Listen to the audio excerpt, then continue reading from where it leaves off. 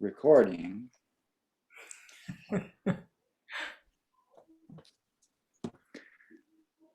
I'm going to spotlight you three again.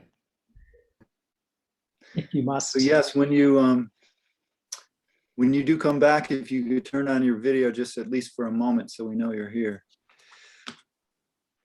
And then we're going to jump back in. Yeah, I think everybody's here.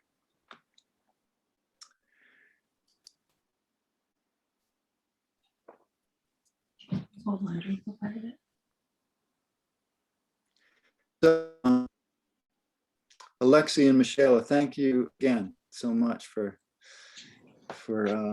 making time to be here. It's a special treat to have both of you here. So, you know, we had some thoughts and questions that we had sort of gone over ahead of time to prepare. And so we're going to dive into some of those. And, you know, this is all in the subject of exploring the ways that a Buddhist practice and parenting are interwoven, how they overlap, maybe how they're completely different, you know, but just to explore that a little bit. So that's what we're doing. But I thought I just wanted to begin in the spirit of this spontaneity and creative response by asking, like, if anything happened today or in the last couple of days that you guys want to talk about that we didn't talk about ahead of time. And if not, we'll just go ahead. But I wanted to, because I know that happens where sometimes things change and you have something else on your mind. And so if there was anything that's noteworthy you want to talk about, we could start with that. And otherwise, we could move on to some of these other questions. You know, I wouldn't say anything particularly noteworthy happened, although I'm probably forgetting like 15 incidents that between now and 48 hours ago. But one of the things, and this is kind of, maybe I'm jumping the gun a little bit, but I think it's a useful way to start. We, trying to learn how to be parents, we interacted with all sorts of professionals of all different types. And one of the people told us something that I thought was really useful. And it was that when sitting down, Amelia is our daughter's name, when sitting down with Amelia, or like when interacting with her, connecting with what's going on in our bodies is a really good place to start, and really recognizing that. And so I could kick it off just by recognizing what's in my body right now. And I always get nervous when I'm in the spotlight, and I'm literally, now we're in the Zoom spotlight. So I'm feeling a little bit of like butterflies, even though you're a very friendly audience. But yeah, it's staying connected to what's going on is tremendously important. I mean, I think everywhere, I think it's useful here at work, and certainly with Amelia, because as we'll talk about, I'm sure, babies know what's going on for you almost better than you can know. Mm. Mm. Mm.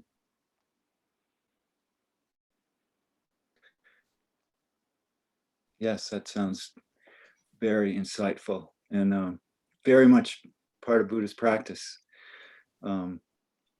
Staying with the body wherever you go. And then noticing when you're not staying with the body and returning. So I know you guys, and that is a really lovely place to begin. Thank you. It's really, you know, maybe that's it. Maybe that's Sangha night is over. I don't think we need to say it anymore. Thank you very much.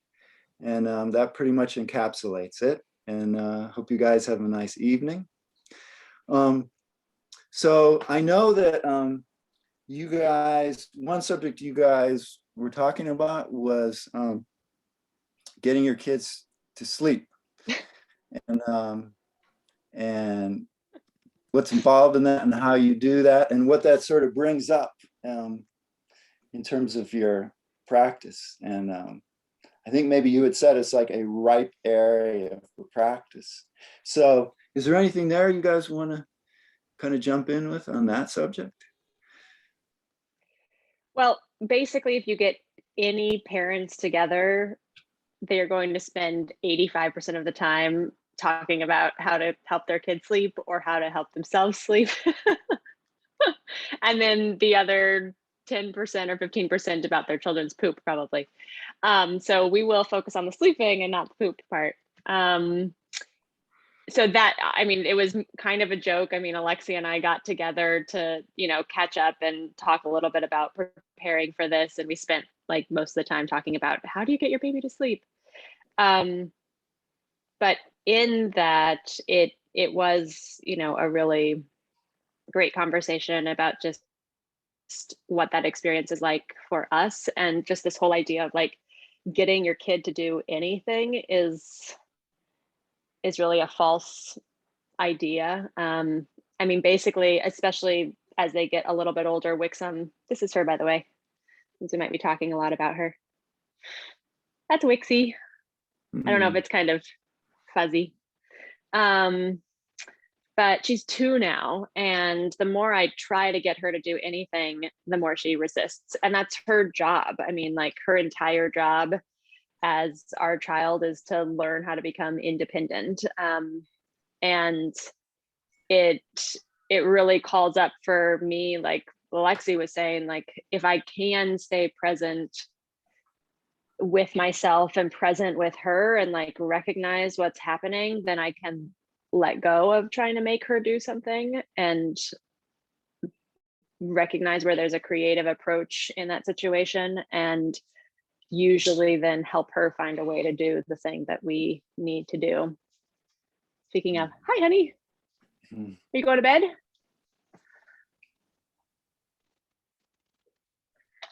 Say hi. Hi, Wixie.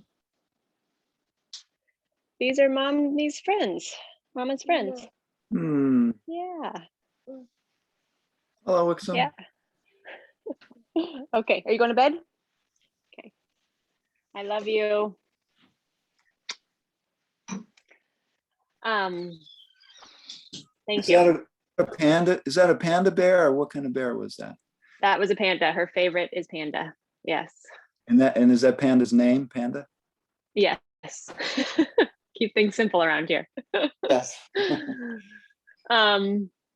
So to wrap that thought up, I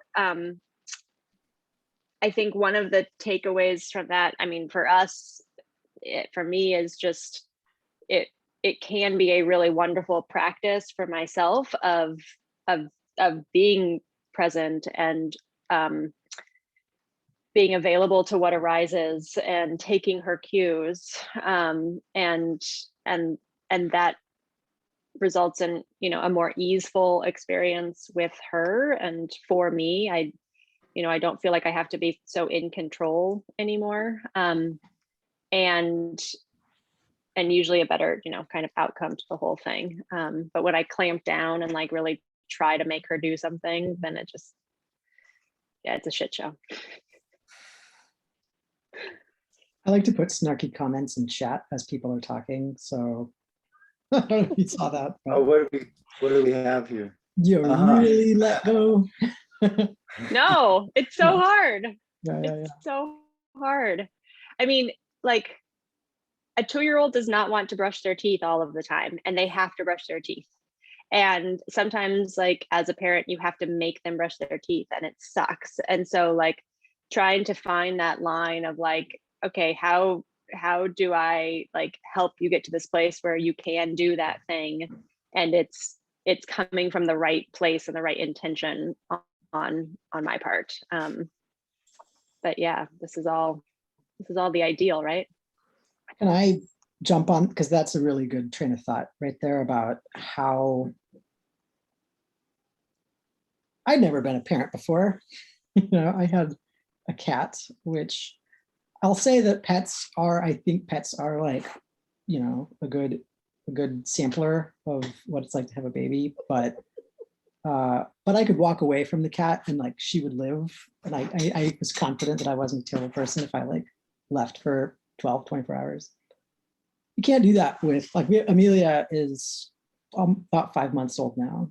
And she's obviously like one of the first things that I felt, and I think Sam, who's off camera over here, I wouldn't be surprised if she felt, was that like always on, like there's no more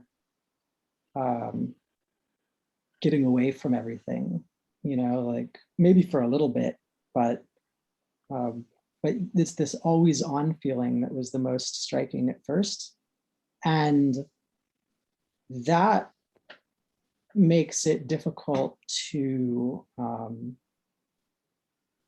you know, if you're arguing with an adult or your spouse or someone at work or whatever, and things are getting too heated, you can say, you know what, I can't talk about this right now. I need to take a break. You know, we'll talk about it tomorrow. But keeping it sleep themed, if Amelia is, you know, she's much better now, and I can tell you about that. Basically, thanks to our conversation in part, you know, a couple of weeks ago, we finally sleep trained her, and so she's a little bit more independent. But it used to be that we would just have to hold her and soothe her to sleep, and she's like screaming in my ear and my face, like it sounds like she's dying. You don't know, like I don't know if I'm hurting, like I'm not hurting her. I know I'm not like physically hurting her, but it's like, am I doing something wrong? How do I, like, I can't make her soothed. I can only try to, I guess, provide conditions and Buddhist lingo. And those conditions don't always end in the result that I am attached to of her going to sleep, and or just calming down. And that is that is the at least one description of like the struggle, and combine that with you can't get away, like you can't easily just say, let's try this again in half an hour or tomorrow, you know, like it's tonight, it's later tonight, it's tomorrow morning at 5 a.m., it's tomorrow morning at 6 a.m., you know. And so it really cuts through all of the like self-protection mechanisms and like circuit breakers that I've built my entire life about having to deal with things. And I think that's like when people say it's hard, like having a kid is hard, that's how I kind of internalized that. And it really showed me, I guess, if I thought I was patient, I've seen the limit, you know? And I don't really, I mean, I'm not exactly sure where I'm going with this in a Buddhist context, but this is sort of like this is a picture of what it's like trying to get a kid to sleep. And there's this thought in my head the whole time of, I want to be the best human being I can for this person. And they're testing me to my limit beyond anything else. So it can be really difficult, and it brings up things that I didn't really feel. Like, and to get real, I guess, the feeling of being insufficient, like I'm not enough to soothe this child, or like I'm not a good enough person to like have the patience to be with, you know, there's like all sorts of things that come up, and then I have to sit with those things. And so it's, I guess I'm just painting the picture of the difficulty here. But that's kind of what it feels like, at least in a certain era of parenting, the struggle is, or the challenge, and trying to find ways, tools in my toolbox that I really felt like the things that, not everything necessarily, but many things that we've talked about in Mitra study or like meditation practices, have been applicable to deal with those, where other things don't fall short. Like the idea of like having a beer to relax is a worthless tool in that circumstance. It is not a powerful tool. It's like, okay, if I had like a long day at work, that's nothing. Anyway, so I'll take a breather there, but that's kind of what I was having to, that's where my head has been at, I guess, with like the early challenges. And you can hear Amelia woke up, she was asleep, and now she decided what the hell's going on, help me parents. So anyway, sleep is challenging. Speaking of things that arise, Amelia is arising, literally. Hey, kind of along those lines, and Michelle, I want you to jump in any way that you want to on this stuff. Then you guys had mentioned, this area of consistency, and it makes me think about, again, just to come back just for a second, and weaving in, the parenting with Buddhist practice and what everybody here is involved in and has been involved in with their own practice, in this way where I started thinking of this as like self-parenting, to be practicing with yourself, and which is, anyway, I think it's a really interesting combination of things you try to be for yourself in a practice, cheerleader, a coach, a forgiving supporter, and and somebody who pushes you, all that in a certain blend. And so, inconsistency is seems like part of that. That's certainly something that comes up in practice. We want to be consistent and we want to be forgiving, right, at the same time, or in the right mix, right? And so, do you guys have what are your kind of observations or feelings around that consistency with your kids and the parenting, and how that maybe overlaps with some of this other stuff?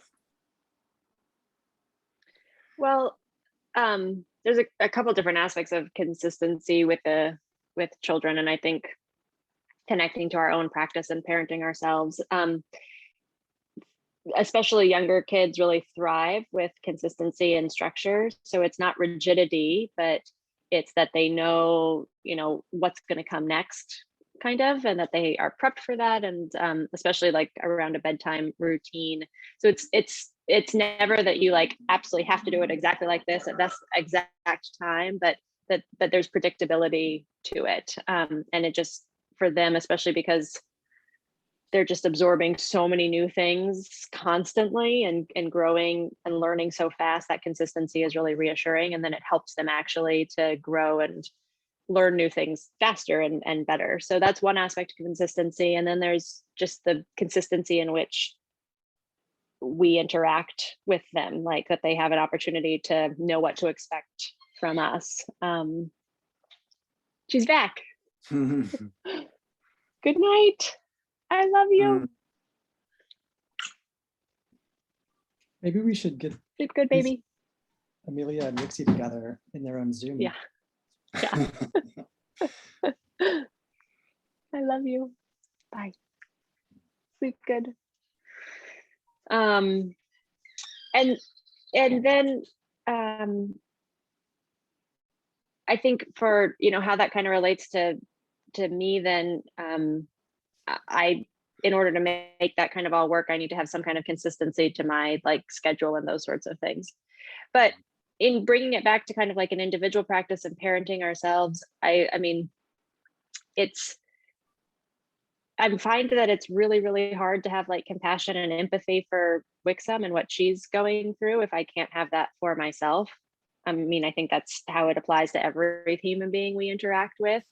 But when you have a child or anyone else that you just are, madly in love with, it opens up that empathy in a new way, and just realizing that like we can have that same empathy for ourselves, that same compassion for ourselves, and we actually have to if we're going to have it for another human being.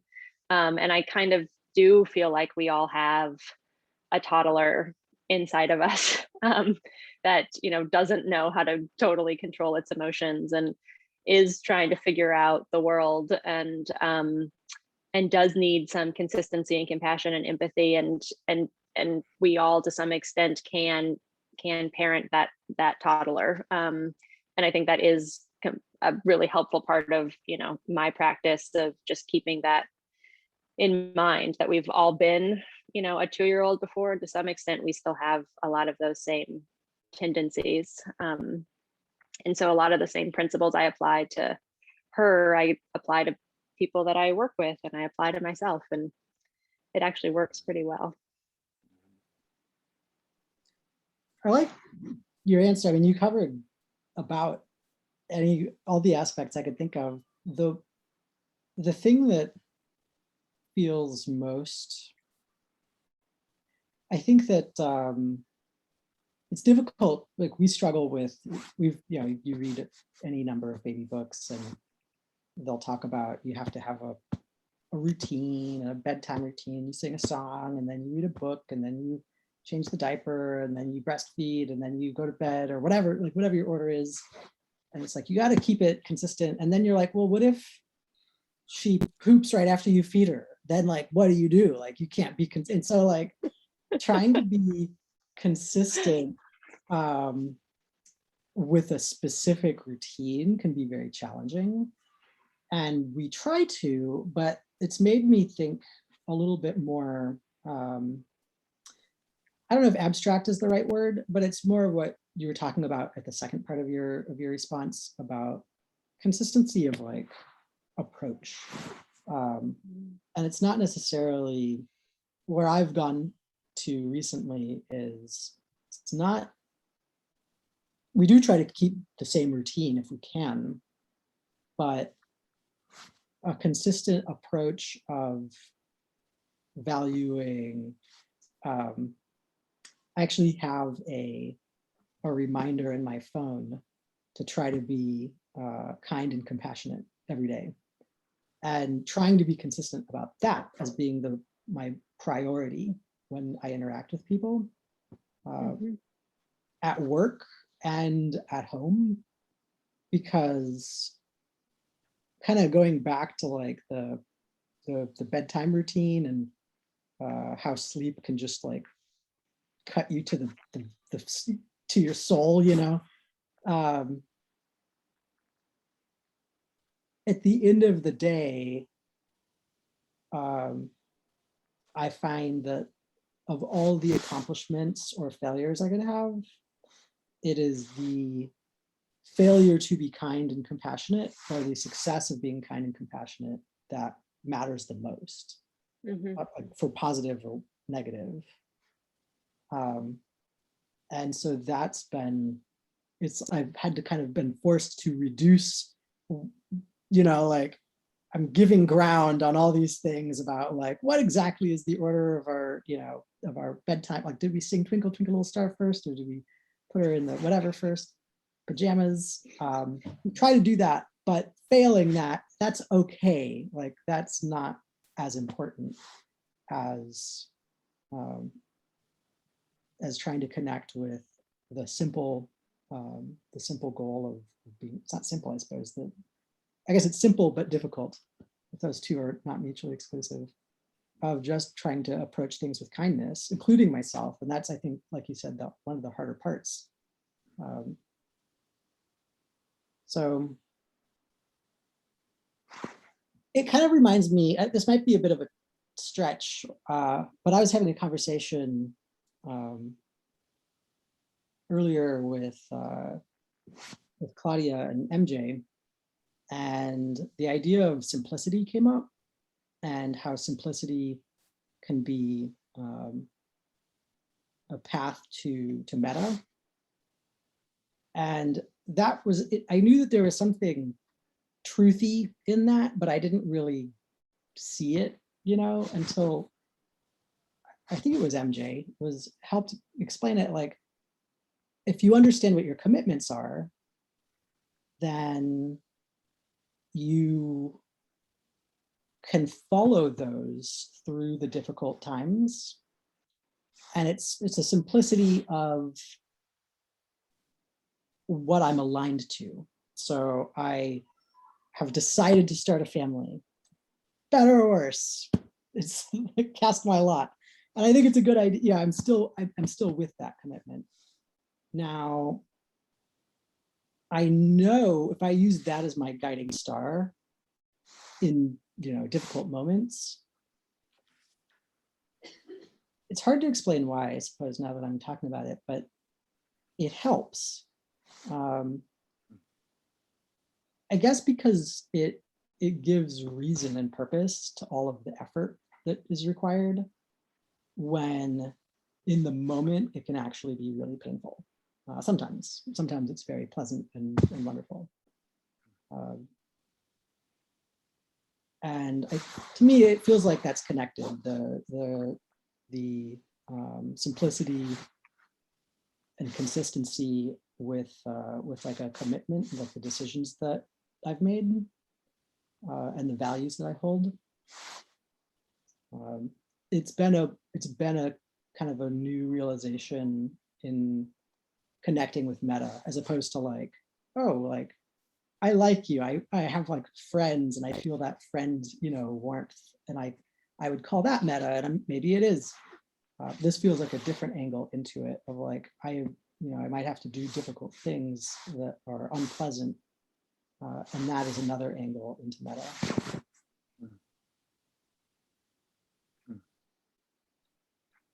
I think that's a really good point about, I'll use the word values, of like kind of what is the whole point and where are we trying to head, and kind of what's the vision that we have for ourselves and our kids. And it's, I think, kind of getting back to that whole like control, or I mean, a different way of like describing it would be like craving. Like the more that I am attached to a particular outcome, the worse it is. Like I think a lot of my practice, and Megan, my wife's practice with parenting, is trying to not be attached to those outcomes, because Wixom's her own person. I mean, it's a blessing that we get to have her in our lives, and that we get to be a part of helping her, hopefully be a great human and have a great life. And then at the end of the day, that's part of, like, that's going to be her choice and her karma. And we can only, do so much. And so trying as kind of part of that to be like focused on, okay, what's the process? What are kind of the values that we're aiming towards as parents and as a family, and trying not to be attached to like, what the outcome is of that. And I think that's really challenging, and also just really rewarding to be able to just enjoy the process, and enjoy her figuring out what it means to be a human being and what kind of human being she is, with our guidance, with our support, rather than kind of trying to make that a specific thing. And yeah, the routines, you can't hold on to them too closely, like, because they change literally every 2 weeks. Like that's what a growing human does. So consistency is also like huge amounts of flexibility, for sure. And it's so much fun. I just have to pause for a second here and just share like the utter joy. I mean, this like last year and a half, this is the first time I've gotten to be on Sangha night since COVID. It's so wonderful to be with all of you. And this last year and a half has just been what it's been. And I am so freaking grateful to have had a child during this time. And I have like so much gratitude to Wixom, because literally no matter what was happening, like Megan and I laughed multiple times a day, like whether we wanted to or not. Like we were usually like, there were times when we were laughing through our tears, because you cannot help it. Like your child, like they just will do something funny, or they'll say something funny, or they'll do something sweet, and like, and you have to laugh. And getting to be with a brand new human being is like, it's just, I mean, so like such an honor. and trying to like reconnect to that in myself too, because I think it's still there. I know it's still there for me. I think it's there for all of us, of just like that clean slate, and wonder and discovery. Like every new thing Wixie comes into counter with, or we're like, hey Lixie, look, she goes, wow. I mean, every time she sees the moon, she goes, moon. And I just like, I try to channel that for myself, because it is like the essence of the joy of being alive. Just like seeing the moon come out every night. Like that's it. It's amazing. Mhm. Amelia is not yet identifying things. Basically, like everything is either like, well, either basically it's pleasant, unpleasant, or neutral. She's like very good at that. Mhm. And what was I going to say? You reminded me of something. I don't know if it's related to that, but Pete, you've had this theme of parenting ourselves, and one of the things that I just thought was kind of funny as Amelia has gotten older, like when she went from 1 month to like 2 months, there's this idea of self-soothing and soothing. You talk about this a lot with babies, and it's like she's upset and we'll have to hold her and bounce her, so we're applying the soothing, and then it's like this kind of not a milestone, but there's a point at which they can start to self-soothe to some degree. Like thumb sucking is a form, being able to find their pacifier and put it in or whatever. And watching her specifically with the pacifier, it's like, this is a really bad metaphor, but it's like she's taking like a cigarette addict, like taking huffs, like, like it's just like, whew, like she's like huffing her pacifier. And it's so visceral, that idea of soothing. And it made me realize that like, we don't stop self-soothing. Like that sort of like self-parenting and self-coaching is still going on very much to this day. And a lot of the self-soothing mechanisms are like, well, some are more helpful than others. And I think that that's kind of one of the things that I've seen for myself. And I was talking about like turning to a beer or a glass of wine as like a soothing mechanism. It's not as, it has its own costs. And so it's not one of the more useful. Going to bed early is a great, I don't know if that's soothing technically, but it's going to help my energy a hell of a lot more than like having a glass of wine and watching TV. And so one of the things that I've seen, I think I'm actually skipping ahead to one of your later questions, but what is a child taught me? And it's that there are like learning those self-soothing mechanisms and continuing to learn them is a valuable thing. But I don't think most adults would admit that they're like, that they're partaking in self-soothing, like go out to like a cigarette break at a factory and be like, hey guys, you want to self-soothe? Like probably no one's going to identify with that, but it's happening all the time. Pacifier? Yeah, just go out there. It's healthier. It's a really good point. Even better than vaping to do just pacifier. Maybe that's the next trend. It's going to catch on. That was a thing for a while. Yeah, I mean, at least in the rave scene. And it probably had E. It was probably soaked in E. But anyways, that's going down a different path. That's for another Sangha night. Yeah, I was going to say different night. Different night. Yes. So pretty soon here, I do want to open this up so other people can jump in with thoughts, memories, questions, and all.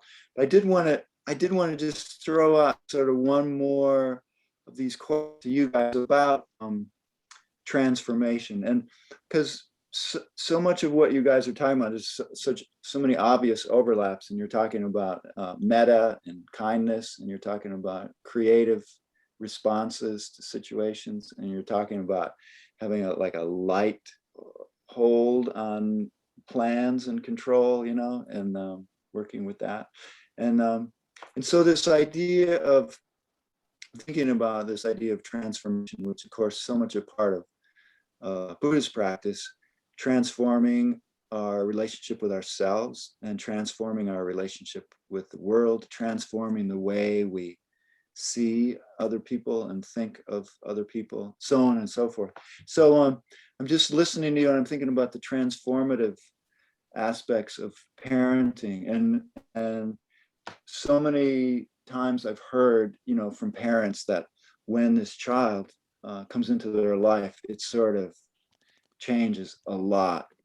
Obviously changing in your day-to-day life, but moreover changing sort of the perspective on the world and perspective on other people. And I mentioned in one of our emails, I mentioned an image, from the Buddhist tradition about the bodhisattva who sees the world kind of in the same way the loving parent would protect their child, and that's sort of the kind of the perspective we're going for, So I'm just wondering about that ways that about being with your child and that relationship has any ways that you've noticed it's transformed your views of the world, views of other people, and relationship to the world and other people.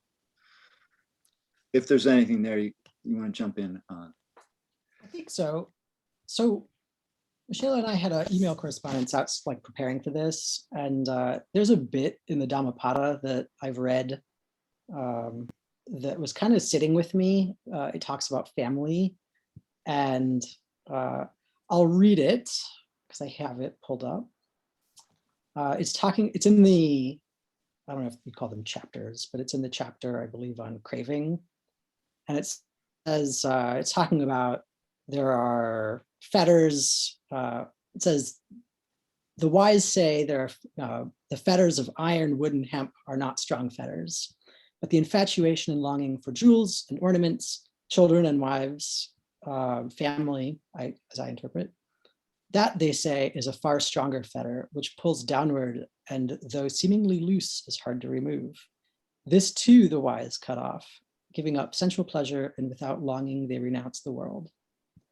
And I read that, and like one interpretation is like, if you're smart, you're gonna get the hell out of there and like run to the hills, and that doesn't seem right. I think there's, in a sense, there's, there is the renounced life of like renouncing the world, getting away, being a monk, that kind of thing. But I read that, and at the same time, there is this difficult truth in there of, if we understand that craving and clinging is the root of suffering, then what do you do when you have a kid that is like everything to you?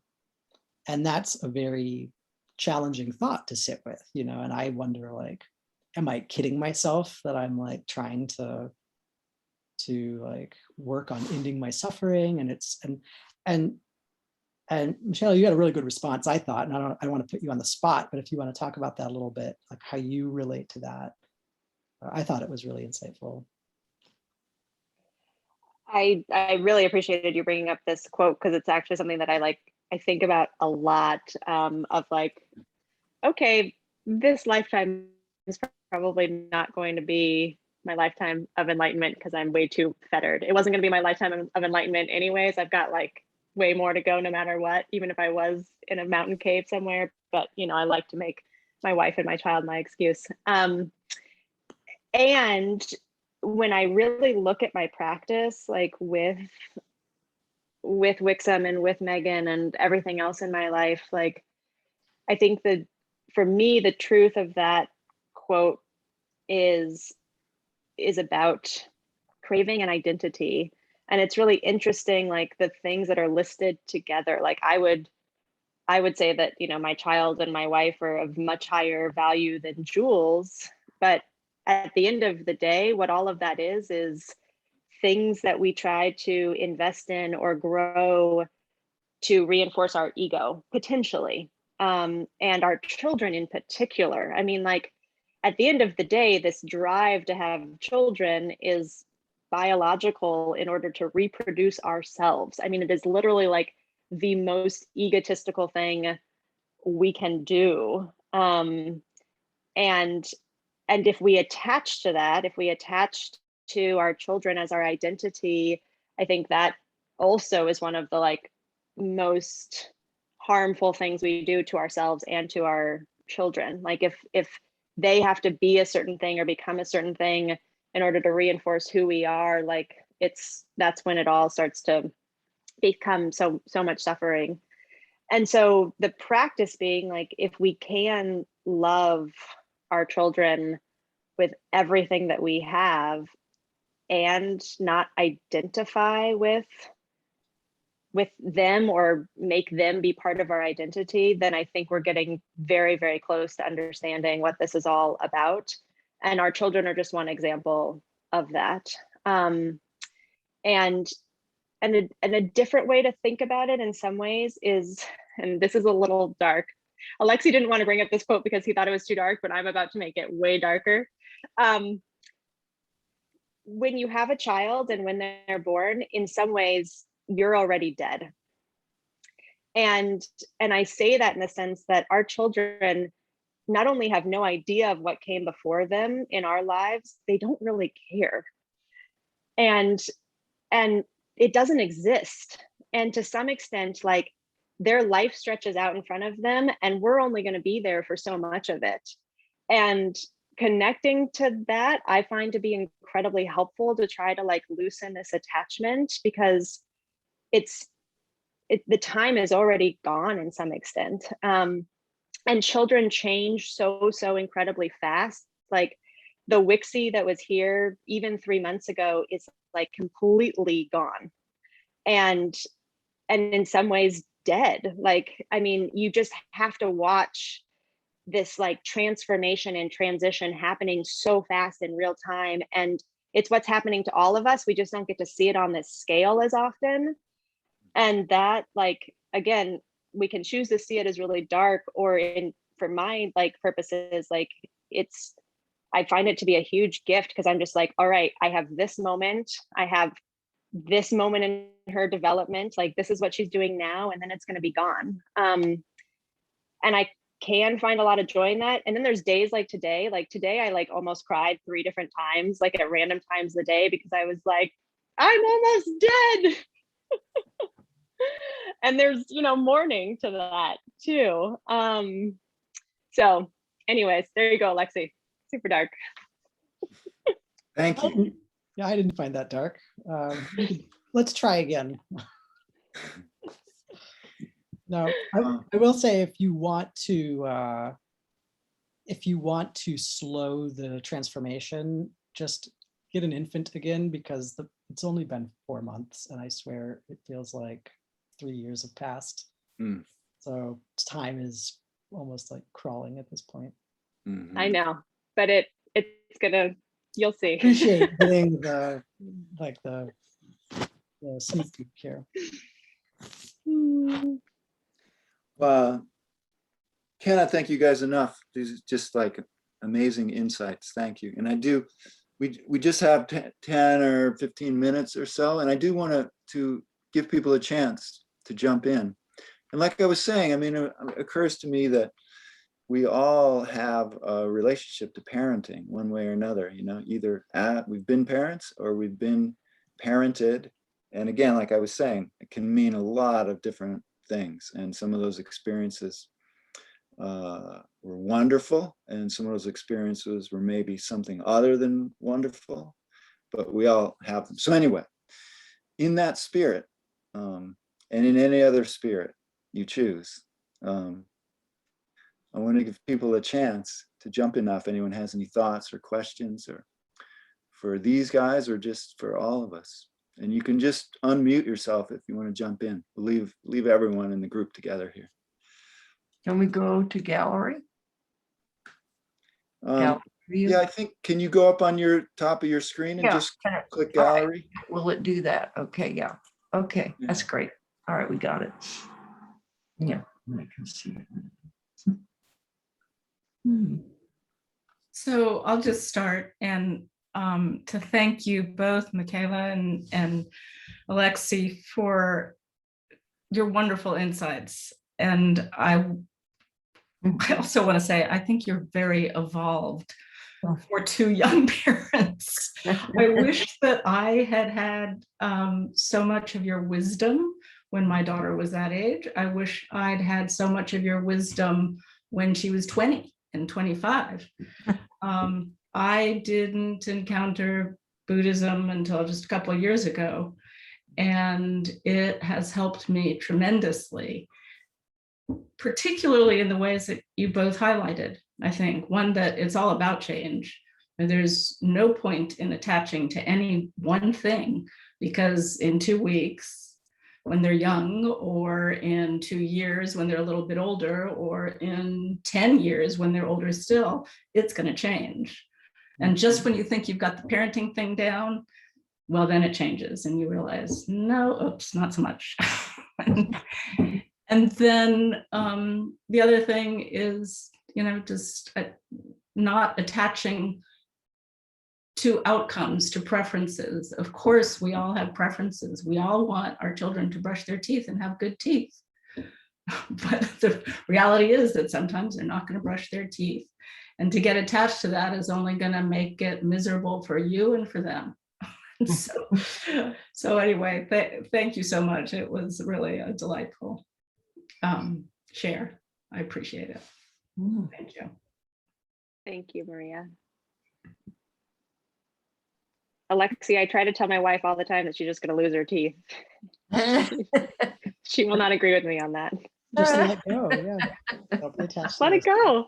go. Oh dear.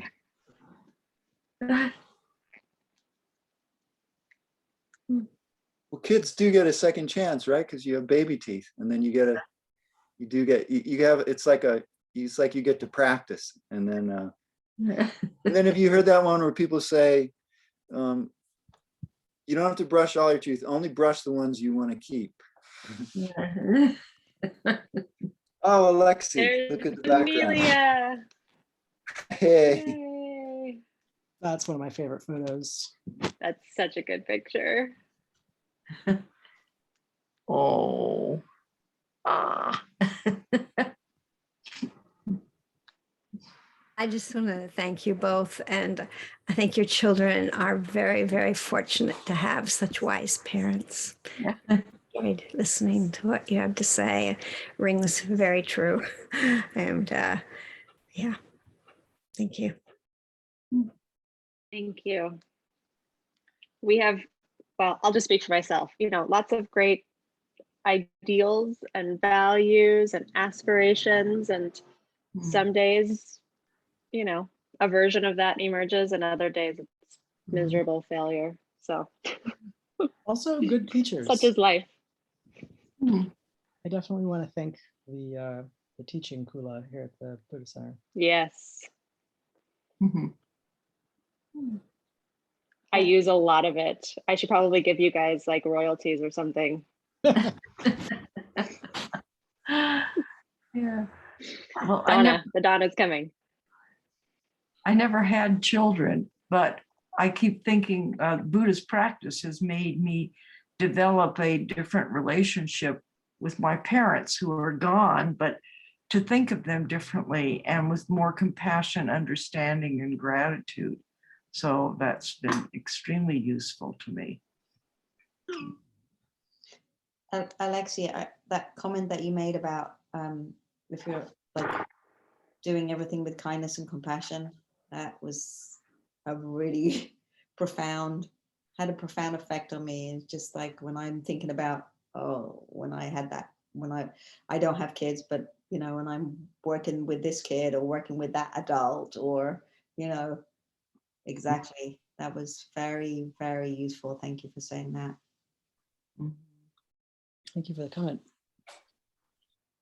Wanted to thank you for your wisdom and honesty. It's really been very evocative and just a privilege to listen to you. Thank you. Yes. Thanks, MJ.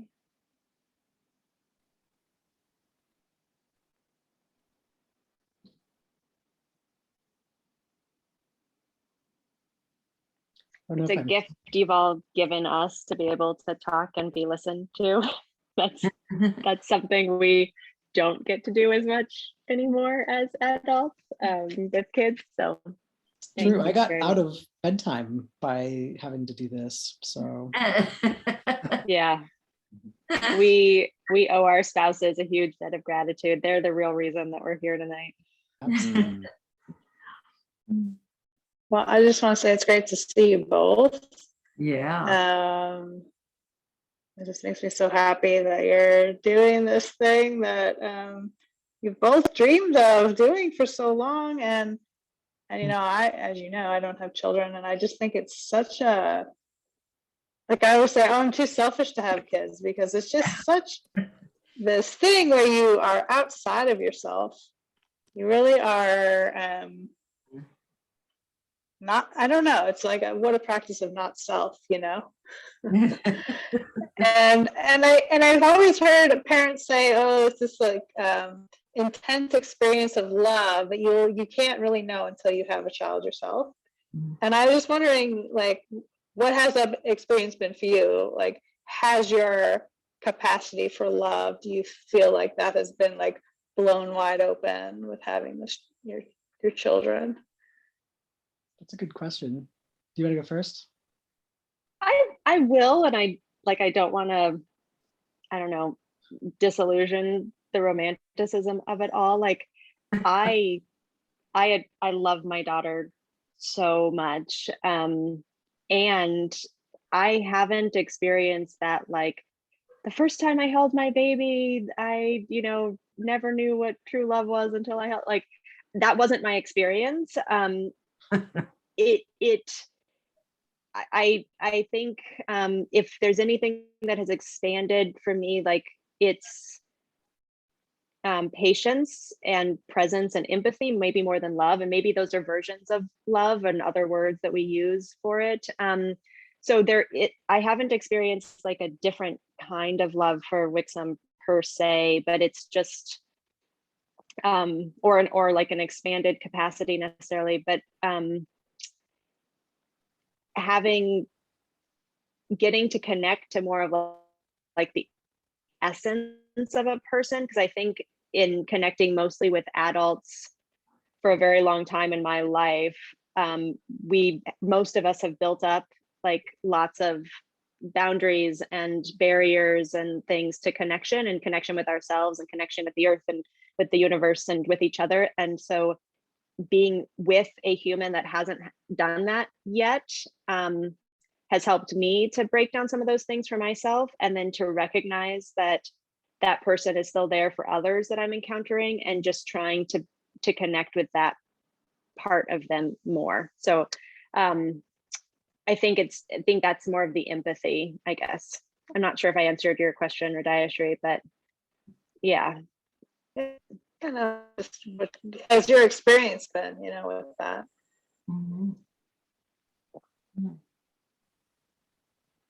I can't imagine, So yeah, I guess what I'm trying to say is, like, I don't think you're missing anything. Like, I think awesome. yeah, I don't know. I think maybe maybe it's something parents try to tell themselves or tell each other to, like, make it more magical. Like, it's magical for sure. Yeah, B+. And like I had a lot of those experiences with like other kids that I love that aren't mine, and other ones that like have a kid-like quality or have been able to keep their kid, energy, or my own. So like it's a unique experience for sure to get to just be constantly around a new human. But it's not, I think, like only isolated to people who have kids. And if you don't have kids, you're never going to get to experience that. Like, I think it's about like being open to our own like root energy as a person, and finding that in others, because we keep it, we carry it forward from our childhood. And if we can connect to that with ourselves and with each other, then I think you're going to feel the same kind of love you might have for that new human in your life. Like Rixie doesn't have any of my genes. Like she's not biologically mine, and it couldn't matter less. But I also don't love her more because she happens to be my child. Sorry, I totally took that one over. Go ahead, Alexi. No, that's great. I think not enough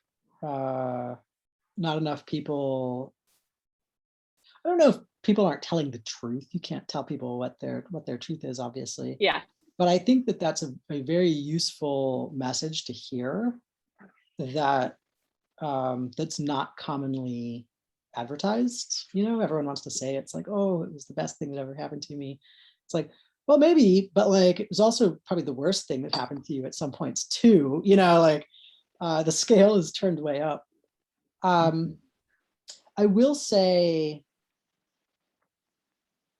at first, for the first couple months, only recently have I started really seeing Amelia as a person.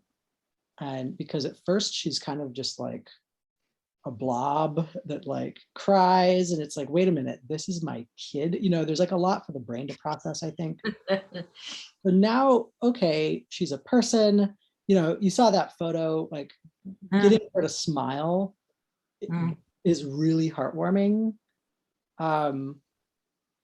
And there's moments like when I don't breastfeed. I tried, but it didn't work. So I bottle feed sometimes. And when she's feeding, she makes eye contact. And I guess that's, I don't know, baby instinct. And she just keeps a very gentle gaze, like an eye contact, and it's not just during feeding, but especially. And I noticed that like, it starts to like, I don't know, if you like stare at a person in their, eye to eye, it can start to get weird after a bit. And I noticed that it kind of gets weird for me. I'm like, wait a minute, why is this weird? She's just like my daughter. And like, she has no agenda. She's not like, and I'm like, in my mind, I'm thinking like, what are you trying to do? Like hypnotize me? Like you trying to get in my head, kid, And I'm like, what is happening? This is all in my head. And I realized that like, there's so much projection going on. One of the questions that, or one of the things that Pete brought up in the prep for this was that, the mother's love for child is kind of like a Buddhist ideal in some texts. I don't know the source of it. We'll generalize that to the parents' love for the child, if I can. And one of the things that I'm seeing pretty clearly is that things that I might think or call love, like when I get a smile from Amelia, a large part of the joy of that is that I got to elicit the smile. And it's a joyous moment, but my ego is very much wrapped up in it because she saw me and smiled. And if she saw me and didn't smile, that hurts. And now I'm like, oh, am I the least favorite parent? Or there's a lot of that stuff in there. It's very tightly woven, with being a parent.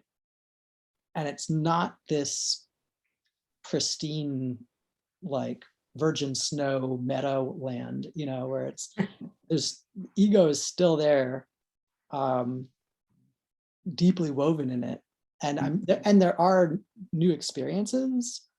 I love hugging Amelia in the morning before I go off to work, just like that feeling of like holding her. But it isn't entirely dissimilar than hugging Sam or snuggling with my cat. It's the same feeling, a different variety and maybe a different intensity. So I guess that's, yeah. So I guess kind of to the same vein, like I think there's, it's not like a panacea, it's not like have a kid see God, you know, like that's not. So actually, that's made me remember one quick thing that I think is interesting. It might be to you guys as well. So they've done research on oxytocin levels in parents, biological parents, mothers, fathers, you know, all different arrangements, grandparents, anyone who's caring for a child. And what they've found is like the reaction that you get, the hormonal reaction that you get, like when your baby cries or when your baby smiles at you, actually has nothing to do with you being the birth parent, like who gave birth to the child, or any biological connection to that child. It grows over time from being with the child and caring for the child. And I think that that's like a really, really important recognition that it's like, it doesn't come just because this person exists. It comes because we work at it and we're, you know, together every day and we commit to caring for each other. And that can be for your child or for your friend or your spouse or your, you know, elderly parents or whomever it is. It's that like either reward of love or that feeling of, you know, profound love comes from the act of caring, and in many ways ideally selflessly caring, if we want to, you know, try to keep the ego out of it the way that Alexi and I have talked about tonight. So we can all experience that profound love. The low cost of all of the sleep you'll ever get. Getting back to the simple things that we value. Yeah, and that's a nice note there about the reminder of that all of this is a practice. None of this is magic, like whether it's love or awakening or any of these things. They're simple practices. They're not magic tricks or whatever. Well, you guys, I wish it was 7 o'clock and we were just starting, because I feel like we're just getting going here, but it is time. And so I think unless anyone has another thought that they wanted to put in before we say goodnight, then please jump in and do that. And otherwise, let's all give a really deep, heartfelt thanks to these guys for being with us. And it's so great to see you. Thank you so much. Thank you. It was wonderful. Thank you. Thank you. Wonderful to see you guys. Thank you both. Thank you so Wonderful evening. Yeah. People. Say good So night great to the being kids. with you all. Bye. Thank you. Say good night to the High kids for us. oxytocin levels. Everyone. Gayatri, it's Thank good to see you. Brief. She left. you. Thank you, Pete. Thanks, Alexi. Hey, Yeah. Shayla, Alexi. This is fun. It's really meaningful to hear, you know, Yeah. Thank you both. what you guys are swimming in, kind of. So You want to see what we're swimming in? That's Well, thank you for the space. maybe swimming a little bit. It's so wonderful to be with you all. I'm hoping that it can be a thing. Yeah, come back. Come back anytime. Very insightful. All right, folks. All It's right. about bedtime for Buenas noches. Sleep well, Have a Alexi. good night. Bye, everyone. Good night. Good to see you. Bye. Bye. Thank you. Good job, Pete. Well, it was really sweet. There was Really? those guys make it pretty easy because they're very sweet and very insightful. Yeah, very. Oh, Yeah, that was. Oh, I should stop the recording. It was